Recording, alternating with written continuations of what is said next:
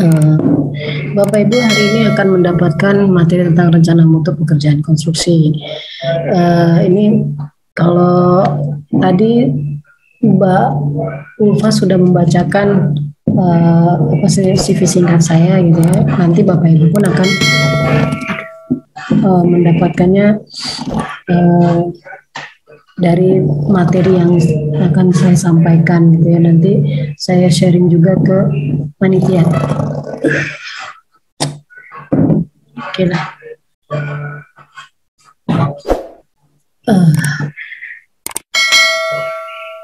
Saya saat ini di sebagai PPK di Kementerian PUPR di Direktorat Jenderal Bina Marga. Saya di Balai Pelaksanaan Jalan Nasional Jambi gitu ya. Dan saya sekarang juga sebagai fasilitator baik dari Kementerian PUPR untuk pengadaan gitu ya, baik Kementerian PUPR dan LKPP. Itu saya saat ini tersertifikasi untuk kontrak manajemen spesialis dan ahli K3 konstruksi gitu ya, untuk yang muda gitu. Lain-lainnya Bapak Ibu bisa baca. Terus saya, wah ini CR7 nih, saya nggak dapat Ballon d'Or nih, Ballon d'Or gitu. Gak apa-apa ya, yang penting ininya apa sih, rekor-rekornya ada di dia gitu ya. Atau mungkin ganteng-gantengnya lah. Oke lah, itu Om Ronaldo nih nanya nih, dokumen apa yang perlu dipersiapkan setelah menandatangani kontrak baik penyedia dan pengguna jasa gitu ya, setelah menandatangani kontrak dan sebelum melaksanakan kontrak, dokumen apa yang perlu disampaikan ya, dipersiapkan lah seperti itu. Ini baik penyedia dan baik pengguna jasa lah sebenarnya. Ada yang tahu? Sebenarnya sih kalau pengguna jasa itu ya sebelum menandatangani kontrak dia udah siap. Tapi biasanya kenapa siapnya setelah kontrak? Karena data-data itu akan ada setelah menandatangani kontrak. Gitu. Data-data informasi kontrak itu jelas dan sudah fix ketika telah menandatangani kontrak. Itu. Kira-kira apa Bapak Ibu?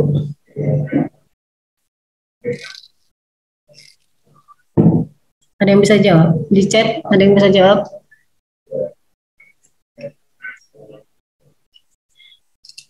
Saya nggak bawa earphone, Pak Irsan Bratajaya. Saya lupa semuanya karena dikatakan longsor itu saya langsung menuju dari tempat upacara langsung menuju kantor, ganti baju kaos. Tadinya siap-siap ke lapangan, langsung ke lapangan gitu ya. Jadi saya asli lupa semuanya gitu ya. Perlengkapan untuk ngajar itu saya lupa gitu ya. Biasanya saya simpen sih yang namanya apa, headset, ada 2 atau 3 setnya headset. Biasanya kan kalau HP-nya habis masih bisa ganti yang lain gitu. Ini nggak ada, ada kok. Terima kasih udah salam menempatkan berarti. Oke. Soalnya di samping juga lagi mudah-mudahan. Sebentar saya pakai ya.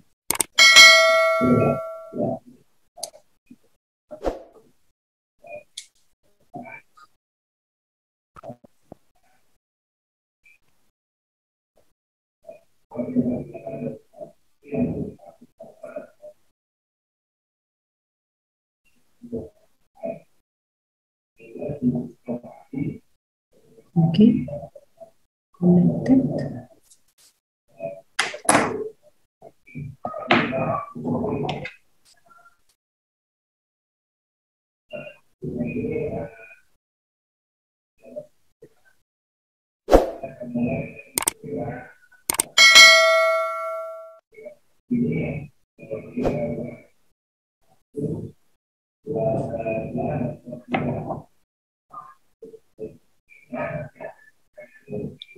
Oke, Bapak Ibu, tes.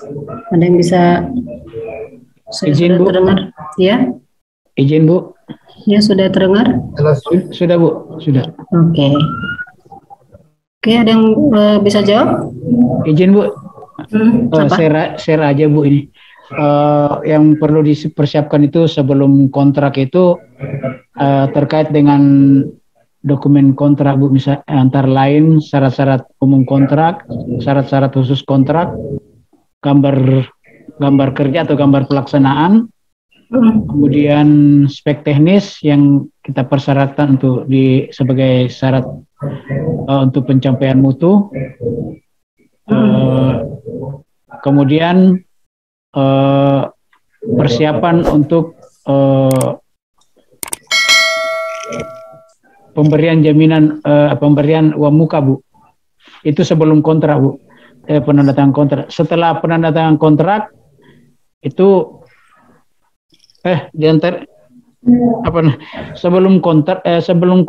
sesudah kontrak itu yang segera dilakukan adalah meminta ke penyedia untuk melakukan penyusunan RKK dan RPMK, Bu, sebagai dasar untuk mengevaluasi nanti di tahap proses pelaksanaan. Ini di awal-awal sesudah penandatangan kontrak, Bu, dilakukan.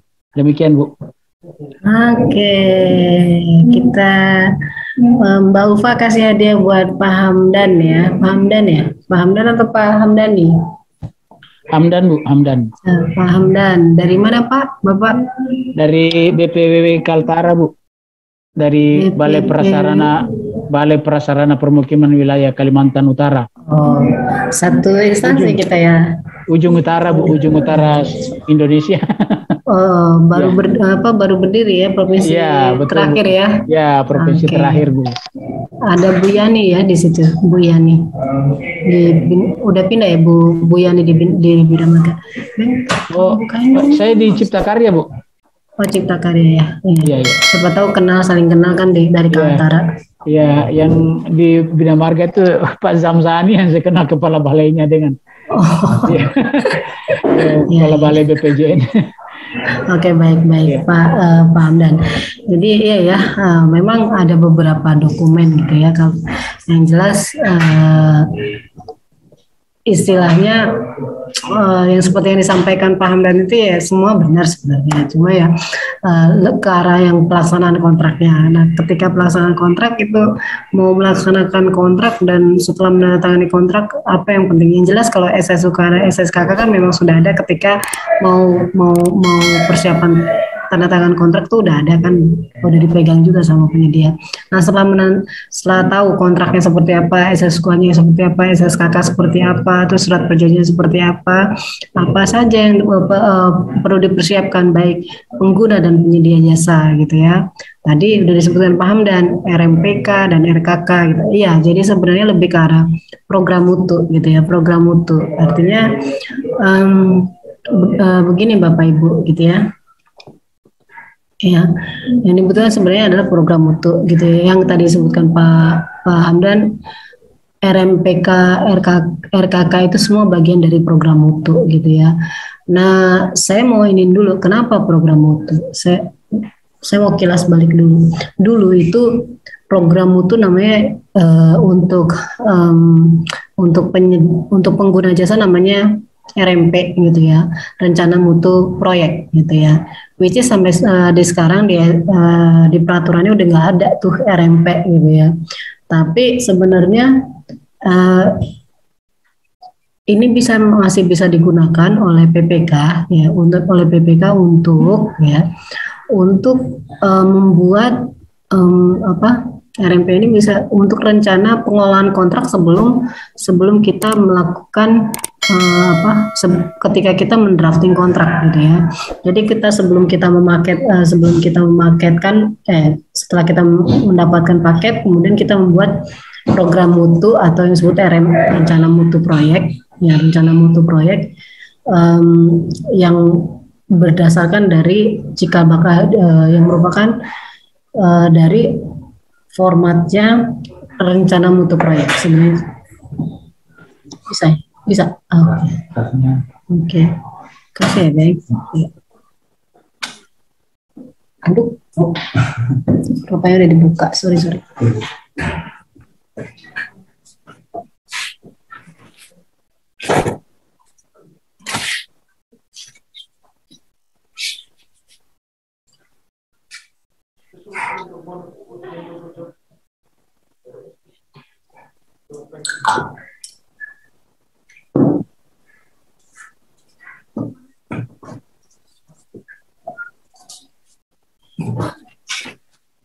Jadi ya program itu sebenarnya yang dibutuhkan setelah kita bertanda tangan kontrak, dan itu harus diperintahkan PPK ke penyedia jasa. Sudah tanda tangan kontrak, udah tepuk tangan gitu, kita atau salaman gitu. Nah, di sini ente bikin rencana mutu program mutumu ya. Nah, kalau yang namanya pekerjaan konstruksi, dia bilangnya mulai besok udah menyusun namanya rencana mutu pekerjaan konstruksi. Kalau dia PPK jasa konsultan, habis tanda tangan salaman, lu besok udah mulai bikin program mutu ya. Kalau dia paketnya jasa konsultan itu seperti itu ya. Jadi yang dibutuhkan adalah program mutu. Nah, kemudian program mutunya si RMPK ataupun si untuk konsultan itu gimana nih cara bikinnya? Dasarnya apa? Ya dasarnya sebenarnya rencana pengelolaan kontraknya si PPK. Oh, kita nggak ada formatnya, Bu, rencana pengelolaan kontrak. Sebenarnya bisa pakai formatnya rencana mutu proyek yang lama. Dan dari dasar kita si PPK bikin rencana mutu proyek, nih lu bikin rencana mutu RMPK, ini dasarnya, ini RMP gue, gitu kan ceritanya. Kita kalau bahasa kita sehari-hari, ini RMP saya, RMP PPK sekian, baca dan kemudian terjemahkan, sehingga dia juga menerjemahkan untuk RMPK-nya, seperti itu. Terus dari penawaran yang mereka, ya dasarnya penawaran mereka dan juga rencana pengelolaan proyek kita, seperti itu ya, program mutu. Nah, kalau program itu sebenarnya berlaku umum, branding untuk program pengadaan barang, jasa konsultan, jasa lainnya, dan juga pekerjaan konstruksi sebenarnya berlaku umum. Kemudian ketika sudah mulai ke SSUK, mulai ke SSUK sudah namanya rencana mutu pekerjaan konstruksi. Jadi kalau untuk program mutunya pekerjaan konstruksi namanya RMPK. Tapi kalau untuk pengadaan jenisnya barang, jasa konsultan, jasa lainnya itu namanya program mutu, gitu ya. Kalau dulu kan beda, gitu ya. Kalau dulu ini namanya itu namanya RMK. Kalau untuk konsultan namanya RMK. Kalau ini semuanya RMK. Ini semuanya RMK. Kenapa? Dibilang rencana mutu kontrak. Artinya kontraknya si kontrak untuk barang, kontrak untuk jasa konsultan, kontrak untuk jasa lainnya, dan kontrak untuk, makanya kenapa dibilang kontrak? Karena yang bertanggung jawab langsung adalah si direkturnya, walaupun yang kerja mungkin tim leader atau GS, seperti itu ya Bapak Ibu ya. Kemudian pada perjalanannya kesini-sininya akhirnya namanya berubah seperti ini, gitu ya, seperti yang sekarang ini ya, ada program mutu dan hanya RM. Nah, kalau RMK itu juga RMK-nya disebut RMK RMK kontrak, RMK kontraktor, gitu ya. Kalau konsultan RMK konsultan. Ada juga yang bilang RMK pekerjaan konstruksi. RMK pekerjaan konstruksi, gitu ya.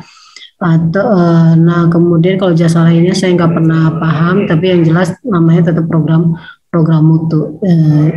Kalau saya sih kalau beli barang nggak pernah pakai pakai rencana mutu kontrak barang gitu, nggak pernah.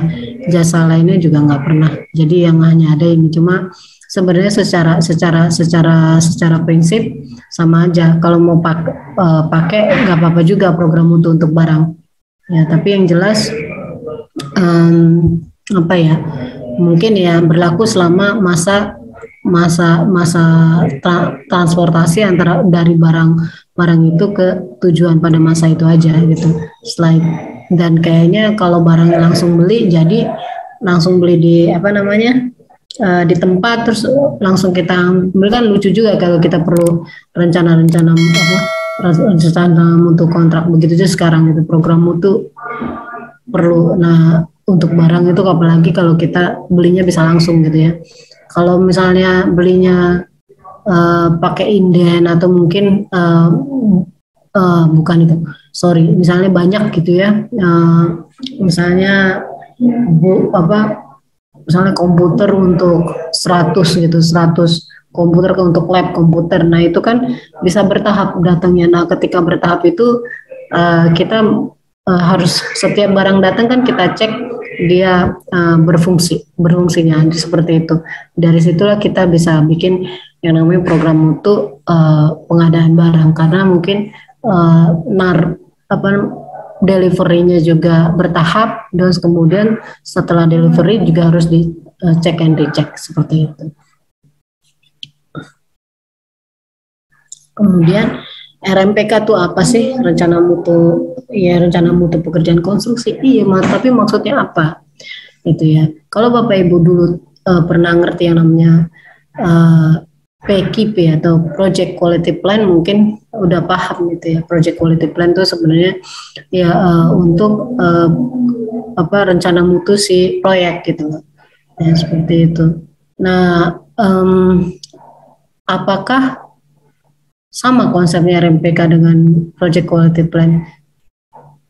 Sama, hampir sama, cuma mungkin formatnya lebih detail gitu, lebih detail, dan kemudian tapi kalau kesini-sininya malah harusnya jauh lebih detail ya gitu. Tapi setelah saya cermati ada beberapa yang dulu ada di sini nggak ada. Apakah ini setelah saya baca juga kayaknya ini format adalah yang minimum. Jadi kita juga bisa gitu ya mengeksplor lebih lagi supaya kita mendapatkan informasi yang jauh lebih banyak dari paket-paket dari paket yang kita sedang kerjakan seperti itu.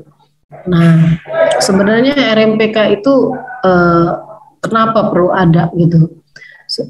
Konsepnya sebenarnya ke arah sistem manajemen mutu gitu ya. Artinya kalau di Kementerian PUPR gitu ya, dulu itu ada namanya sistem manajemen mutu gitu ya. Artinya apa yang kita kerjakan setiap proses dari planning, programming, budgeting, survey, investigation, design, dan negotiation, construction, operation and maintenance itu setiap proses dari yang saya sebutkan itu berjalan dengan baik gitu. Seperti itu, sehingga dari hulu ke hilir itu yang masuk itu adalah barang-barang produk-produk yang good gitu ya, baik produk secara produk, baik produk yang disebut juga jasa gitu ya, jasa konstruksinya seperti itu, sehingga dari hulu dapatnya good, ke hilirnya nyampainya good atau lebih baik lagi seperti itu. Nah itu yang sebenarnya sistem manajemen mutu. Artinya kalaupun kita dalam pelaksanaan konstruksi pada kita berbicara RMPK, yaitu di konstruksi di fase construction gitu ya, dari awal ketika kita memaketkan kemudian melaksanakan kontrak itu dipastikan bahwa apa yang kita inginkan di awal itu berakhir dengan memang sesuai dengan yang kita rencanakan. Bagaimana kita bagaimana kita merealisasikan apa yang kita rencanakan sesuai di pada akhirnya sesuai yang kita rencanakan, yaitu dengan menggunakan sistem manajemen mutu. Jadi kita memastikan atau menjaminkan mutunya itu sesuai dengan yang kita harapkan. Mutu itu bukan berarti dari produknya aja, tapi dari setiap proses yang kita kerjakan. Ya, dari setiap proses gitu. Jadi nggak hanya misalnya kita mau bikin beton, ya betonnya jadi bagus, enggak gitu. Enggak hanya itu gitu. Orangnya juga yang mengerjakan semakin bagus dan semakin terampil, itu mutunya semakin baik gitu kan. Dan juga mungkin secara umum keselamatan konstruksinya juga jauh lebih baik, seperti itu juga. Ya. Itu sebenarnya tidak hanya produk jadinya yang jadi baik, tapi keseluruhan dari baik proses, alat, bahan itu menjadi jauh lebih baik, seperti itu. Itu cara pencapaiannya. Kemudian kenapa menggunakan sistem manajemen mutu? Kenapa? Karena kita coba lihat gitu ya, melatar belakangi tujuan pengadaan ya. Kita lihat tujuan pengadaan itu secara umum di best practice dan juga diterjemahkan dalam tujuan pengadaan barang jasa melalui Perpres pasal 4 kalau nggak salah itu, bahwa kita menghasilkan produk yang value for money dilihat dari aspek kualitas, kuantitas, harga, tempat dan waktu, dan penyedia. Itu tujuan pengadaan.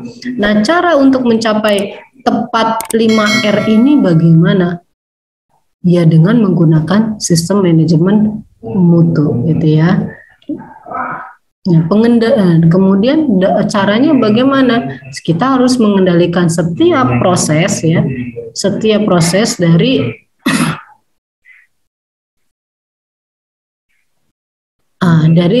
manajemen yang kita kerjakan ini ya, baik manajemen apa, misalnya manajemen pengadaan gitu ya, ataupun manajemen kontrak gitu, ataupun manajemen yang lain nih yang sebenarnya harusnya terintegrasi.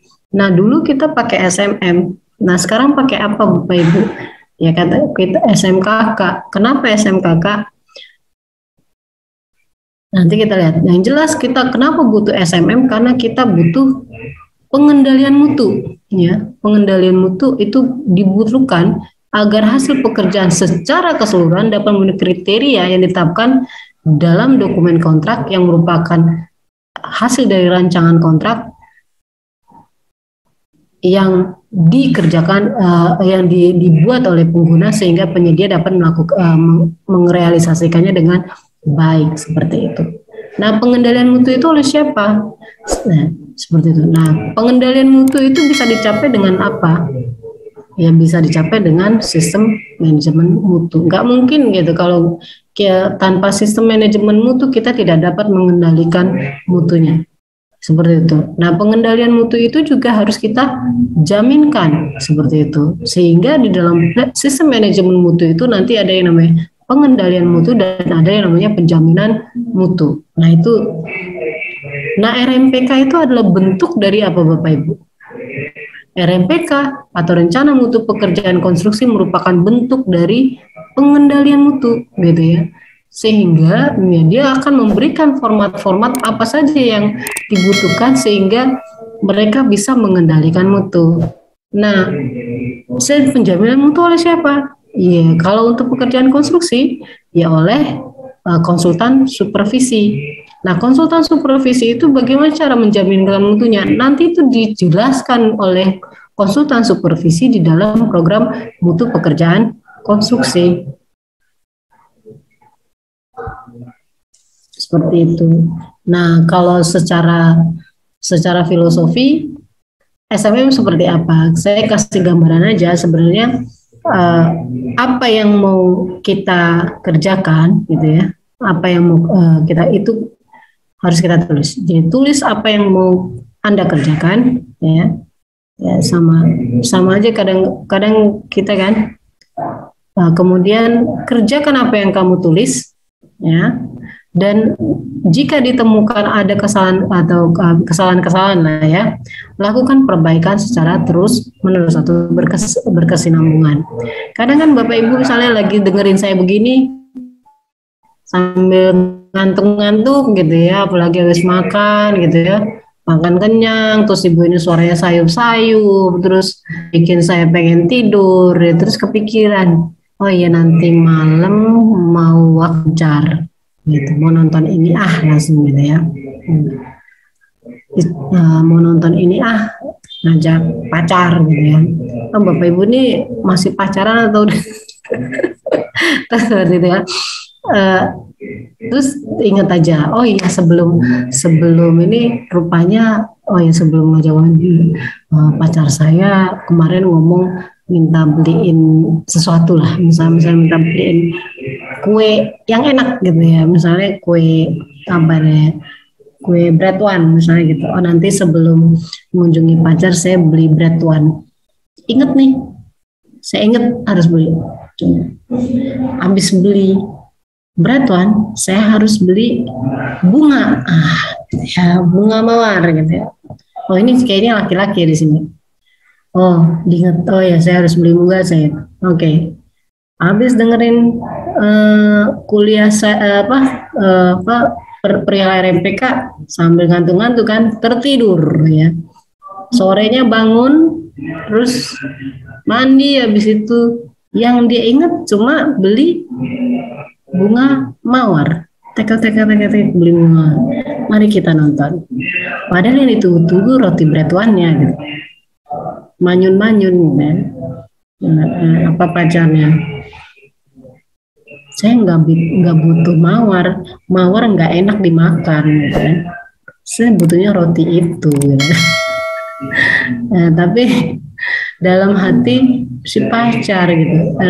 Padahal sebenarnya memang itu permintaan, tapi yang diingatnya kan sebenarnya kalau laki-laki mungkin ya lebih ke ininya gitu. Ya itulah gitu. Seperti itu kayak gitulah gitu. Jadi ada satu yang perlu kita ketahui, seringkali kita pengen melakukan sesuatu kita lupa karena apa? Gambarnya karena kita tidak menulis. Ya, karena kita terlalu mengandalkan ingatan kita. Kalau kita terlalu mengandalkan bahwa oh iya ini diingat, kita perlu ingat. Oh iya ini nanti kita kerjain ini. Pas ditanya, kadang kayak gini kita ngobrol sama kawan aja. Oh saya nanti harus bawa ini untuk anak gitu. Tapi karena kayak kasihkan ngomong sama kawan nggak lupa waktu, akhirnya pesanan anak nggak kita beli. Baru pas nyampe depan rumah, nyampe mobil, astaga anak saya butuh ini. Udah jam berapa? Toko-toko udah pada tutup. Waduh. Baru habis ini langsung dicerewetin anak, kalau enggak anaknya mewek, anaknya pokoknya papi atau mami, kalau tidak ya tidak dikerjain sekolah marah, papi mami yang tanggung jawab ya. Udah mulai deh pusing kita kan, digituin anak kan gitu. Karena kita tidak menulis, terlalu mengandalkan pikiran kita. Dan kita sama, sering kali kita mau ngapain gitu ya, di sana ada kejadian saya lihat waktu itu ada struktur yang agak-agak udah nggak bagus di sini udah di sana ada plafon yang ini, cuma diingat-ingat aja. Terus kemudian oh ya nanti kalau ketemu kontraktor mau nyuruh mereka perbaiki gitu ya. Udah dipanggil rapat nih, oi rapat, kita mau ini koordinasi hasil. Oke. Udah rapat ngarol ngidul, bahas jadwal, lupa yang paling penting. Karena akhirnya udah selesai rapat, bikin udah notulen, tanda tangan gitu berita acara, kita kerjain ini. Lupa ada itu yang penting-penting, ada yang rusak itu plafon udah entah lewat apa gimana gitu, seperti itu. Baru setelah sadar pas sudah orang itu udah pergi, terus dia kerja terus beringat, astaga, belum ngasih tahu di situ ada rusak ini. Ya karena itu, karena kita terlalu mengandalkan pikiran kita, otak kita, padahal kita belum tentu ingat. Itu yang perlu kita sadari. Kita memang punya kemampuan kapasitas yang besar otak kita, tapi jangan kita sia-siakan effort kita gitu ya. Tulis apa yang kamu mau kerjakan ya, apa yang mau kamu kerjakan, kerjakan apa yang kamu tulis dan lakukan perbaikan terus-menerus. Itu kuncinya sistem manajemen mutu. Jadi tidak masalah salah dan benar, tapi kalau memang ada salah dan perlu diperbaiki, ya diperbaiki, terus diperbaiki seperti itu. Jangan sampai kita juga saling menyalahkan seperti itu. Sekarang why SMKK gitu, tadi why SMM, sekarang why SMKK ya karena dari peraturan. Kalau mau saya jawab sih peraturan Menteri PUPR begitu bilangnya gitu, tapi kita nggak bisa bilang seperti itu. Jadi sebenarnya gini, kalau di Bina Marga itu dulu beberapa tahun setelah SMM telah men-create namanya SMM K3L, yaitu integrasi dari nomor 5 2014 itu udah SMKK atau baru-baru ini ya. Oh iya, baru-baru ini tahun 2019 gitu ya, SMKK masih malu-malu bilang integrasi, tapi masih yang disebutnya masih SMM banyakan, sedangkan K3L-nya masih kurang gitu. Tapi kesininya udah mulai terintegrasi dan masih sedikit lebih kurang dari L-nya sih sebenarnya menurut saya sih ya. Kalau K3-nya kayaknya udah mulai diinvolvekan lebih banyak lagi di. Nah, kita berbicara di pengaturan. Dari pengaturan itu ada di Undang-Undang 2 tahun 2017 ya, bahwa pemerintah pusat itu harus bertanggung jawab terhadap standar K4, yaitu keamanan, keselamatan, kesehatan, dan keberlanjutan, yang kemudian ditegaskan dalam Undang-Undang Cipta Kerja, yang which is ya nggak tahu kemarin isunya harus diperbaiki ya. Kita lihat saja 2 tahun kemudian, yang jelas saat ini masih berlaku lah yang 2 ini gitu ya. Terus SMK 4 itu apa saja? Ya meliputi hal-hal yang tertera di sini dan juga tidak terbatas ya pada yang tertera di sini saja. Yang jelas yang perlu di standar K4 itu ada pada di mutu bahan, di mutu peralatan. Jadi tidak hanya bahan tapi peralatan.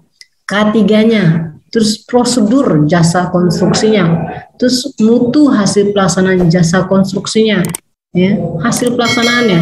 Ya, tidak hanya mutu bahan yang raw material, tapi hasilnya juga. Terus kemudian operasional dan pemeliharaannya, serta perlindungan sosteknya, sosial tenaga kerjanya. Artinya tidak hanya masalah mutu bahan saja dan pelatihan, tapi juga orang-orangnya, itu juga prosesnya, ya prosesnya juga apa? Kemudian hasil dari proses itu sendiri, kemudian operational maintenance-nya, begitu juga lingkungan hidupnya. Jadi ini udah include semuanya ya. Jadi untuk SMM-nya ada, K3-nya ada, dan L-nya ada, seperti itu ya. Nah ini dalam bahasanya si Undang-Undang Jasa Konstruksi ini mengatakan bahwa gitu ya, pemenuhan SK 4 standar K4 ini di penyelenggaraan jasa konstruksi yang meliputi fase dari pengkajian sampai pekerjaan konstruksi terintegrasi, itu penerapannya dengan produk-produk yang ada di sini. Itulah yang disebut ketika kita menerapkan sistem manajemen keselamatan kerja untuk memastikan standar K4 ini, ya caranya dengan adanya produk-produk produk-produk ini, Ya, rancangan konseptual SMKK, rencana keselamatan konstruksi, RMPK, program mutu, RKPPL, dan RMLLP, gitu ya Bapak Ibu ya.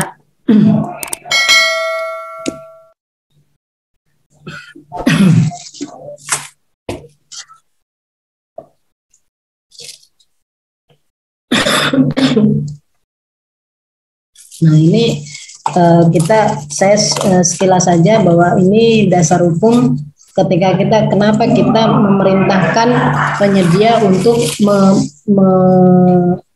membuat RMPK.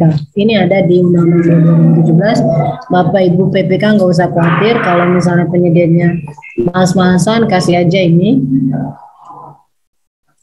Karena ini atau bikin surat tertulis untuk membuat RMPK dengan dasar undang-undang ini pasal sekian seperti itu. Kemudian yang paling jelas ada di sebenarnya paling jelas RMPK itu ada di ini Perlem, sekarang LKPP ya, peraturan LKPP 12 tahun 2021 untuk pedoman PBJ, yaitu kita menyusun program mutu. Nah, program mutu di dalam Permen 10 2021 sebenarnya udah lama disebutin bahwa RMPK adalah program mutu itu untuk pekerjaan konstruksi adalah RMPK. Yang definisinya tertera di Permen 10 tahun 2021 dari pasal 1 dan angka 19. Kalau Bapak Ibu hanya mau langsung ke Permen PUPR, silakan mengatakan ini gitu ya. Ya, Permen ini bahwa penyedia harus membuat RMPK minimum setelah berapa hari dari SPL atau tanda tangan kontrak, penyedia sudah bisa menyampaikan RMPK ke pengguna, bisa disurati. Kalau bisa sih kita ngapa-ngapain itu by surat lah gitu ya ke penyedia. Kenapa? Supaya ada bukti kerja bahwa kita masih tahu seperti itu, kira-kira seperti itulah gitu ya. Nah, problemnya adalah sering kali kita ngomong tuh by mouth gitu ya. Bikin ini ya, nanti bikin. Akhirnya si penyedia cuma tidak terbatas waktunya, kadang nanti sebulan kemudian baru. Padahal batas kita udah 7 hari. Terus kita ya udah RMPK belakangan, nanti yang penting kita kerja dulu. Akhirnya tidak ada guideline ketika Bapak Ibu mau kerja. Nggak ada guideline, terus nggak ada yang bisa dituntut seperti itu, sehingga ya dimintai nanti kalau di sini besok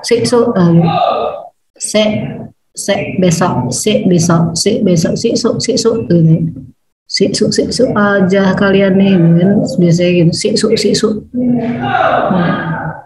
tunggu besok ya besoknya sampai tahun depan kan gitu ya. Hati-hati gitu ya, makanya surati aja. Kenapa? Saya rasa perilaku ini semua sama lah penyedia gitu ya, kecuali penyedia yang profesional dan penyedia yang pengen tampil bagus lah gitu ya. Dan itu sedikit gitu, enggak dan saya yakin di satu provinsi itu enggak 1-2, bisa jadi satu provinsi itu emang enggak ada sama sekali gitu ya. Saya ada kenal juga teman yang mungkin dia ya kalau di endorse di FB kayaknya sih dia pengen jadi yang bagus ya, segala sesuatunya dia ini, tapi kita nggak tahu kenyataan di lapangan kayak apa, tapi kayaknya dia bagus gitu, apa-apa dia untuk kemajuan bersama kayaknya dia bagus lah seperti itu.